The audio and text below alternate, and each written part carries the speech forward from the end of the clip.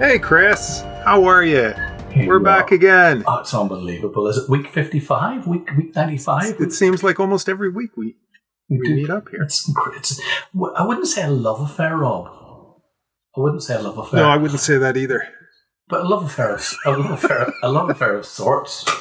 Of photography. You know what I was thinking today, Rob? And I haven't told you, I haven't said this to you, but my tripod looks way off at the minute. But anyway, I'll just ignore that. And I'll give it a bit of a kick. I'm going to say this to you, Rob. No, you won't like this. It's going to be really hard for you to edit it out because you don't edit it in fucking out. Is I just want to thank you for your friendship this last while.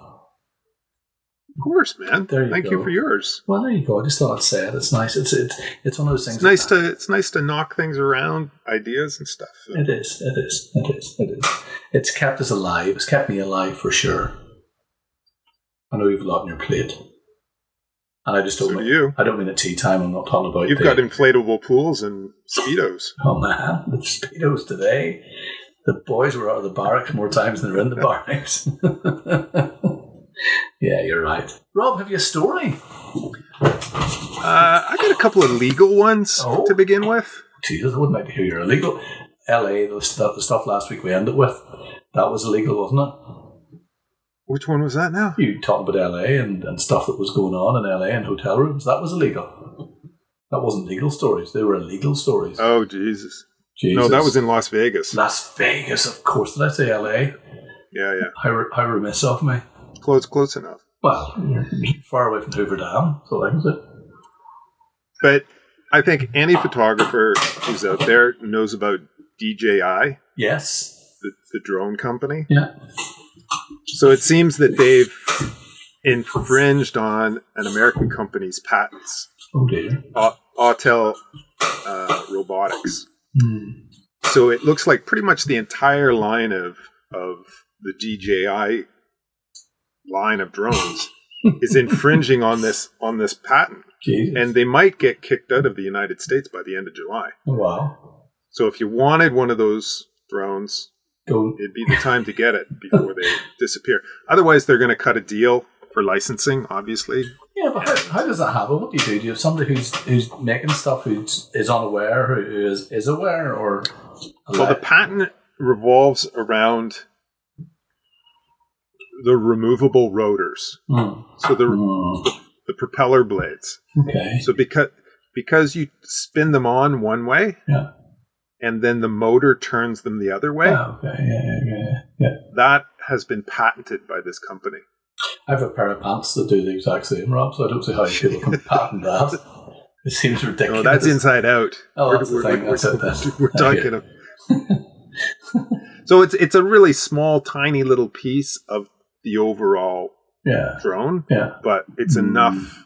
It's enough that the judges actually said, we're going to do a cease and desist, and all that kind of stuff. So it's pretty serious. Well, it's good to see it. It's not. And it's a Chinese company too, so. Oh, really? It's good. Well, DJI is. It's good to see that. No. Who did you say they had infringed? An American company. Okay. Well, this is good. These things are happening, I suppose, because if somebody's messing about, if somebody's not being 100% kosher, then your best pen. Would they not just change it? Well, maybe they can't. Oh yeah, they could make an adapter. They can just they make millions and probably billions of dollars on these things. They can just pay the licensing fee, and business will remain uninterrupted. So it's not a big deal. Yeah, but it's still. I'm sure they'll cut a deal. I'm sure they'll pay licensing for it. It's just not worth it to do anything else. Do you think is it part of the ongoing Chinese-American conflict? No, I don't think so. But I think it is a Chinese. I'm sure the Chinese didn't even probably realize that there was a patent on it. Yeah. But the Chinese are notorious for infringing on copyright and patents and stuff. So my second story comes from Australia. Oh. And it's about this a McDonald's cashier back when she was 15. Shut up. Where's this going, Rob? It's going into another sort of copyright. Love that. So when she was 15, she was behind the till at a McDonald's, working the cash, and somebody took a picture of her, and she looks a little confused and a little, worried. Yeah. And that photo ended up at Getty, and Getty ends up licensing that to any story that's got negative press that runs against McDonald's. So it's run whatever, I don't know, 10 times, 20 times, dozens of times, whatever. But it goes out at $600 a pop, and it gets used all the time. And she was fighting Getty to have it removed because, it was an unauthorized photograph of her. But she was a minor. Is she still working at McDonald's? No. Now she's like in her 20s or something now. Okay. And it's been something that's been held against her because it's negative press for McDonald's, and it's her face, and she's totally recognizable and identifiable. Yeah. But it's in Australia, and what I find hard to believe is they consider McDonald's a public place. What? Inside of McDonald's. That was one of the points on the case, was that she couldn't expect to have privacy in a public place like McDonald's. Because we all go there just to hang out. See, but as far as I'm aware, in North America anyways, McDonald's is a private place. That's private property. If the manager wants to come out, he can kick you out and off that property. Yeah, of course. So I'm not sure how all that worked, but anyways, it's a happy ending story because she ended up getting the photograph removed from Getty, and she can now do whatever the heck she wanted to do with her life that, was holding her back. And she didn't get any cash for it, no? I don't know. They didn't say anything about a cash settlement at all. You see, Rob, she's missing a trick there. She wants to be doing t-shirts. I'd buy a t-shirt with her face on it. I'd buy a t-shirt, disgruntled McDonald's employee, of course. I'd pay $10 for that t-shirt easily. I'm going to contact the girl and give your name. I'll send you the link. Send me the link. I'm contacting her. The link will be in the description. I'll have t-shirts out at the end of next week. What's your story, Chris? My story. I have a couple of stories, Rob. You know what? My stories this week are just pointers in the general direction of something. I want people to go and look at stuff. It's a fire you light, not a bucket you fill, Rob. My head's been filled with that all week. It's a what and what now? It's a fire you light, not a bucket you fill. So I've been doing stuff for the National Museums, not to name drop, but I've been chatting to people about photography, and I realise that you have such a short space of time to do it. It's impossible to give everybody stuff that they need. You know what I mean? So my one of my old friends who got me into university, a guy called Terence Zeman, he was Ivy League educated in America, born in South Africa. Okay, Plummy. But he said to me when we first met that he was going to chat to me about stuff like Susan Sontag and Barth and all that nonsense. And I had no idea who these people were, but he said it was a fire you light, not a bucket you fill. And I didn't understand what he meant.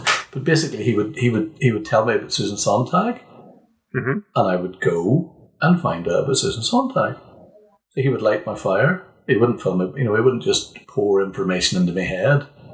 Do you know what I mean? Yeah. So my stories are very much like that. I'm going to give people a thing, and they're just going to go and Google it for more links and have a read. Imagine that. Cool. Yeah, I think so.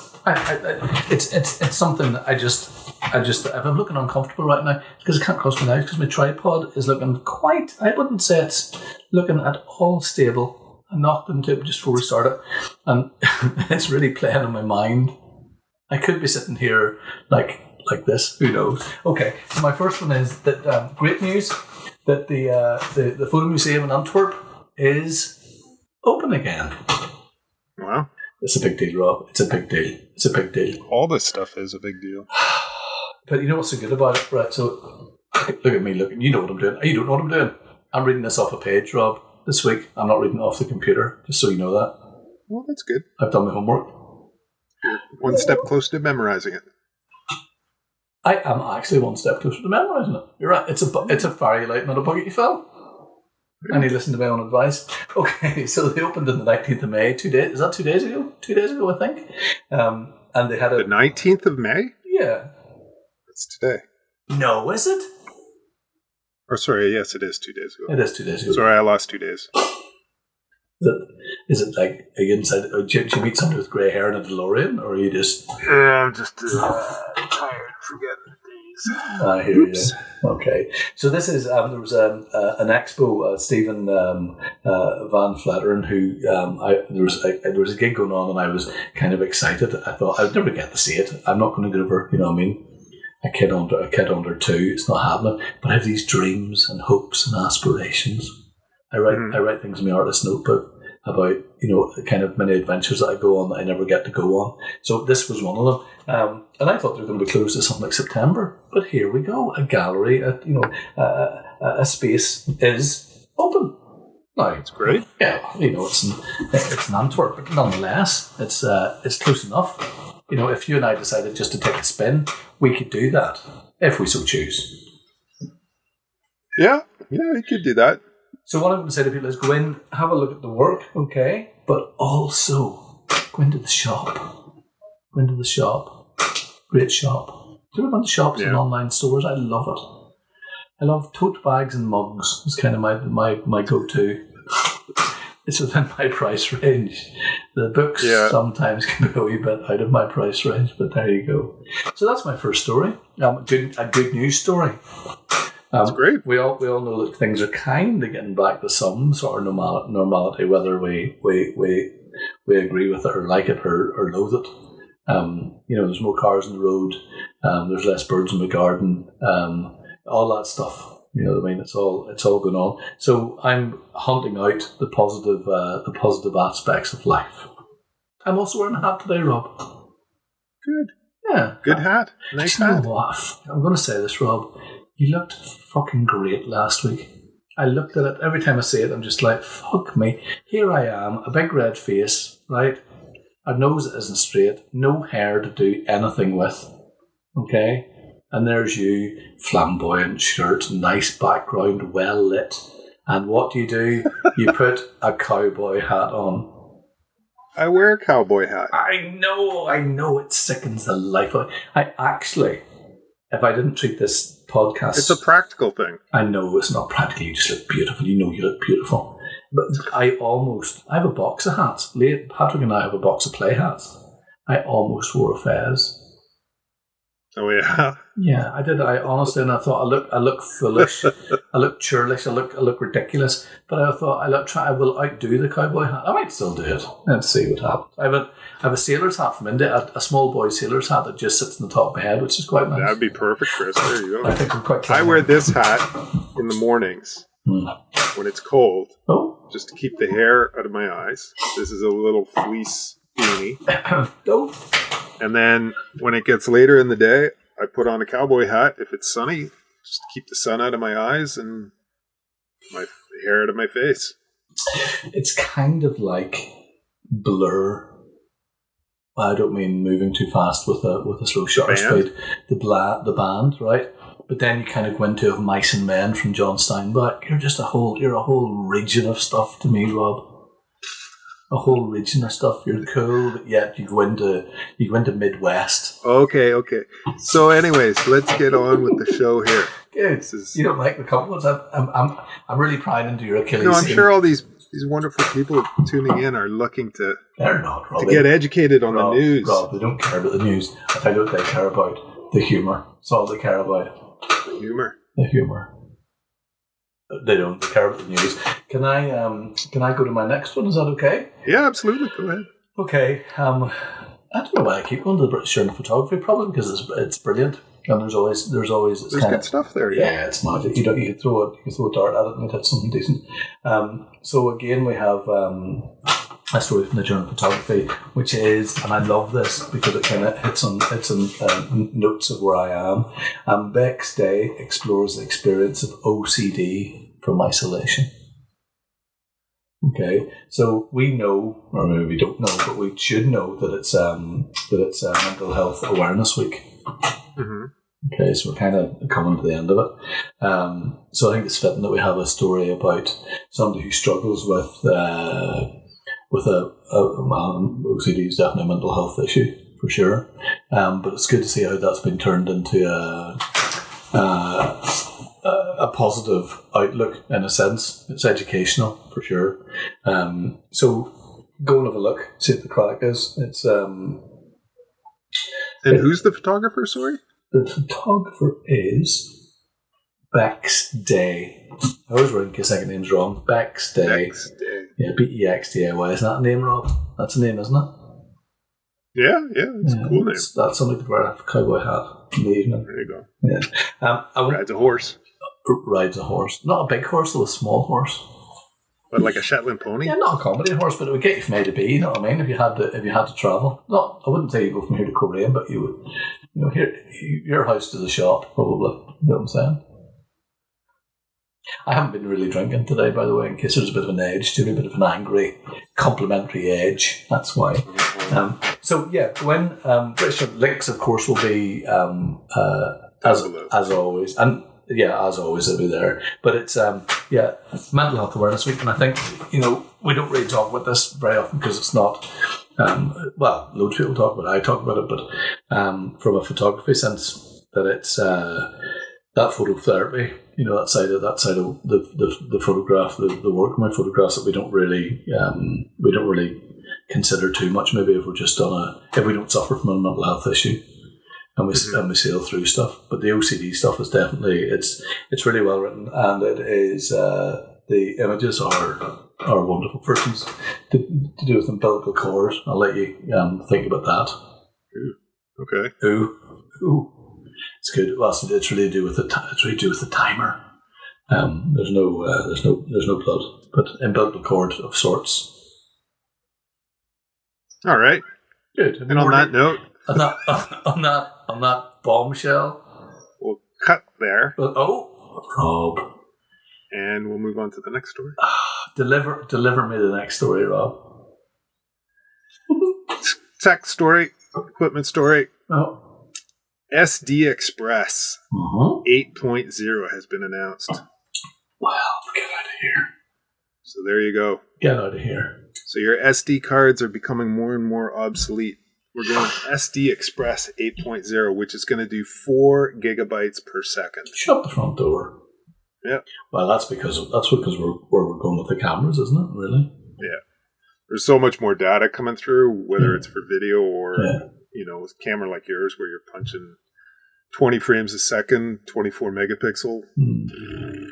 No, I know, and that kind of I've never, in fairness, I've never had a problem with my SD cards as such. But no, I mean, right now we're stuck at processing speeds more than likely to get to the card ends. But now they've got cards that these are you'd be doing 4K raw video, on a Sony mirrorless camera. Yeah, and I'll be flying into it. Yep. You're drinking, Rob? What are you drinking? Orange juice. Really? Are you really drinking orange juice, or is it vodka in it? Oh, orange juice. Just orange juice. That's the first week you've had another drink. Orange juice with lime in it.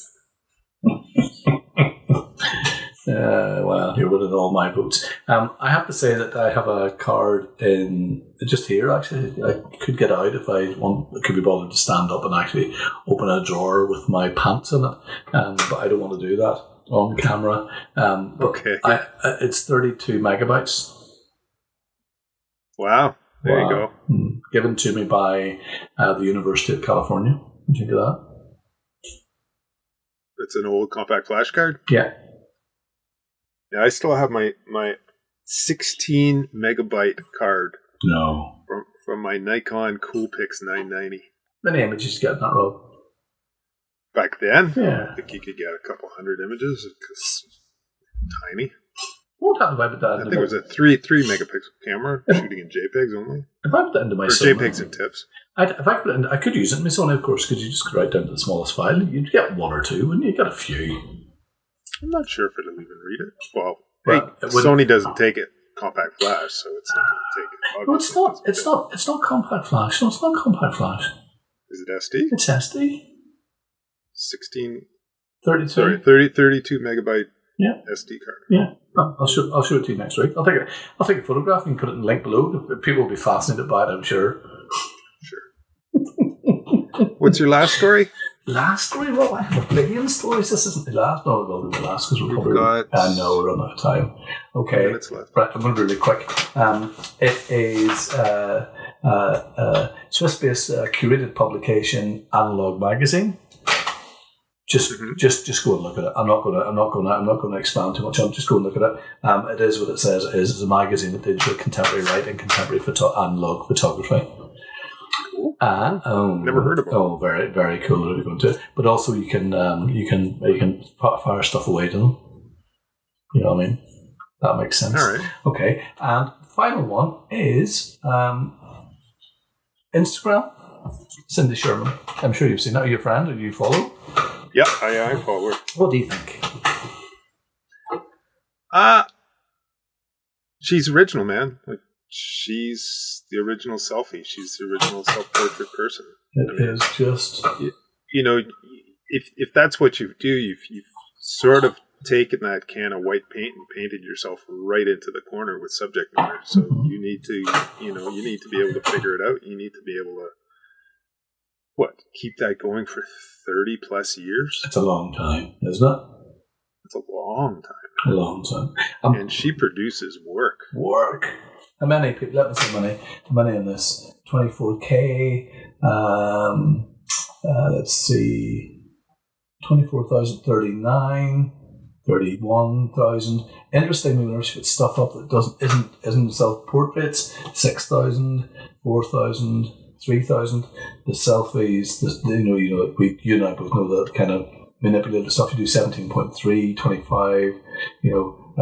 It's 13 point. It's incredible. Yeah. Incredible. But I have to say, you're right. I think it's a nice analogy. You paint yourself into the corner. She has 312,000 followers, 837 posts, and she's following 305. I'm not one of those. I don't think. I must double check. But I'm not one either. I don't know. I'm maybe right there and try and get her to sort it out. Although I follow somebody who's got 2 million. Okay. And they follow you? Yeah, they follow me, and sometimes they say things. Okay, I work with them on TV and film. If they comment on one of my photographs, my Instagram goes crazy. I get people from Bolivia, Paraguay. You know what I mean? The moon. That's great. Yeah, bunkers. Yeah, there you go. Okay, I got 1 minute left here. Go. I'm going to tell you my last story. Go. So, British Journal, again, photography. Love it. Yeah. They did a great little piece on Matthew Genitempo. Is his name. And he's been shooting people that live in the Ozark Mountains. No. And it's a good story, and there's some great photographs and everything. They're really nicely done. It's all black and white. It's all large format. Yeah. Beautiful. But as soon as I say that, large format, black and white, mountain people. Yeah. I mean, I read through the story. I looked at the photographs. It's all great. And the first photographs, it reeks of one of my past idols. Oh. But in the story, they mention Mark Steinmetz, Susan Lipper, Andrea Modica, and they don't mention once the great Shelby Lee Adams. No. Never mentioned at all. Why is that? But you can totally see it. I'm looking for it. I can't wait to go and see it. Yeah, I mean, the great stuff, and there'll be links to all those other photographers as well, because their stuff is all great too. Does it sit too close to the Shelby? Shelby's? Yeah. No. I mean, come on, like Shelby's was like, I mean, his was like creepy good. Yeah. Like really like lit, large format, black and white. That stuff was crazy. Yeah. That stuff again, what was that? That's freak. That's 30 years ago now. Crikey. You were a boy. I mean, that stuff really influenced me. You had girls sitting on the bonnet of your car, blonde-haired girls sitting on the bonnet of your car 30 years ago. I don't know if they were blonde, but... Okay, Jesus, Rob. Such a memory. But anyways. Okay, Bob. Good stuff. And again, British Journal, photography. 2 stories? On sale, 3 months for £1, right? Genius. That's the deal? Yeah. It's worth the pound, everybody. If I don't get a Shackleton coat with 2 copies of the British Journal of Photography in each pocket, there's more than 6 pockets, I'll be very surprised. Shall we do this again next week, Chris? Rob, please. I look forward to it every week. It's kind of like, I won't go into it. I've already said I've gushed too much. Yes, we will. And everybody else, look forward to our next book report, which will be up in the next couple of days as well. And share the stuff. Share the stuff. There are people out there who are lonely. It needs this kind of brilliant commentary and photography. Hit the subscribe button. Jeez, if you don't hit it, you're crazy. Don't, Rob, I'm going to say this really quick. Don't hit it. Don't hit the subscribe button. Just don't do it. Don't do it. That's how it works. See what I'm doing? Tap, tap. Don't touch it. All right, Chris. Okay, darling. See you later. Have a good weekend. Same to yourself. Sincere. Goodbye.